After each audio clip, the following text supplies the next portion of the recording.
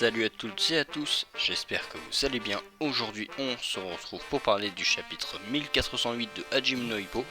Mais avant de commencer, merci à ceux qui s'abonnent et like, ça fait grave plaisir. Allez, on commence la review. Le chapitre commence avec les encouragements des gradins qui sont en feu. Tout le monde ne pense qu'à une chose, une question, qui est le plus fort, Alpha ou Omega. Les coups de Wally volent tandis que Hippo et Sendo et Vorg encouragent le singe. La plupart des spectateurs ne sont pas capables de voir les coups, ce qui montre l'extrême vitesse de nos deux combattants. D'ailleurs, les deux boxeurs eux-mêmes ont du mal à suivre le rythme qu'ils imposent, leur corps ne pouvant suivre leurs yeux. Et encore un crochet gauche au corps de la part du champion, c'est la deuxième fois, mais grâce à son combat contre Hippo, le challenger parvient à tenir le choc. En effet, Hippo avait gagné leur match grâce à des coups au corps, forçant Wally à s'entraîner pour encaisser cela à l'avenir, et c'est ici que tout ce travail paye. Ricardo n'a pas le temps de souffler. Wally ne s'arrête pas et enchaîne tout en remerciant Hippo pour tout ce qu'il a fait, faisant encore référence au dernier combat de Hippo qui voulait montrer à son coach tout ce qu'il avait accompli grâce à lui. Une gauche, ou plutôt une feinte du champion lançant un direct du droit dévastateur qui envoie à nouveau Wally au sol dans la même position que son premier down, soit à genoux, s'inclinant devant le champion Ricardo Martinez. Pour le moment, ce round est une réplique des deux précédents. Miguel est inquiet de ce down, mais comme pour lui montrer qu'il n'a pas à s'inquiéter, le challenger se relève directement et se met à nouveau en garde.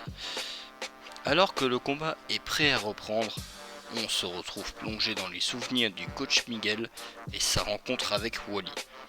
C'est sur un coucher de soleil que les deux partenaires se rencontrent, Wally jouant dans le sable avec des chiots et Miguel lui demandant s'il aimerait boxer, cela étant selon lui amusant, et il n'en fallait pas plus au singe pour partir en quête du ring. Wally a combattu de nombreuses fois maintenant, une vingtaine de matchs, je n'ai plus le nombre exact. Il a d'ailleurs pu affronter Hippo, qui est jusqu'à présent son combat le plus important et sa seule défaite. Le match reprend avec un crochet du droit du challenger bloqué par le champion, bien que celui-ci l'ait senti passer. En effet, en boxe, ce n'est pas parce qu'on bloque un coup qu'on ne ressent pas les effets de celui-ci. Après Hippo, les remerciements du singe sont destinés à Miguel, celui qui lui a fait découvrir la boxe. L'un lui a fait aimer la boxe, l'autre le lui a fait découvrir au final. Le challenger charge, mais le champion esquive le crochet, puis contre-attaque avec le même crochet qui touche Wally, sous le regard inquiet du coach à la crête. Le chapitre se finit sur Wally venant de se prendre le coup, semblant perdre connaissance. Il ne serait pas étonnant de voir le combat se conclure lors du prochain chapitre, mais je ne pense pas que cela arrivera. Il y a encore pour moi des choses à voir. De plus, si l'auteur avait voulu finir le combat ici, ça aurait été justement mieux de le finir à la fin de ce chapitre, après ce flashback. Ça aurait été bien plus impactant. En tout cas, merci d'avoir regardé cette vidéo. Après voilà, elle a été un peu plus courte malheureusement, mais on est dans un chapitre d'action, donc il y a moins de choses à dire que dans les chapitres inter-round on va dire.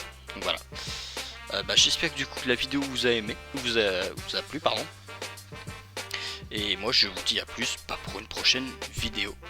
Allez, salut tout le monde.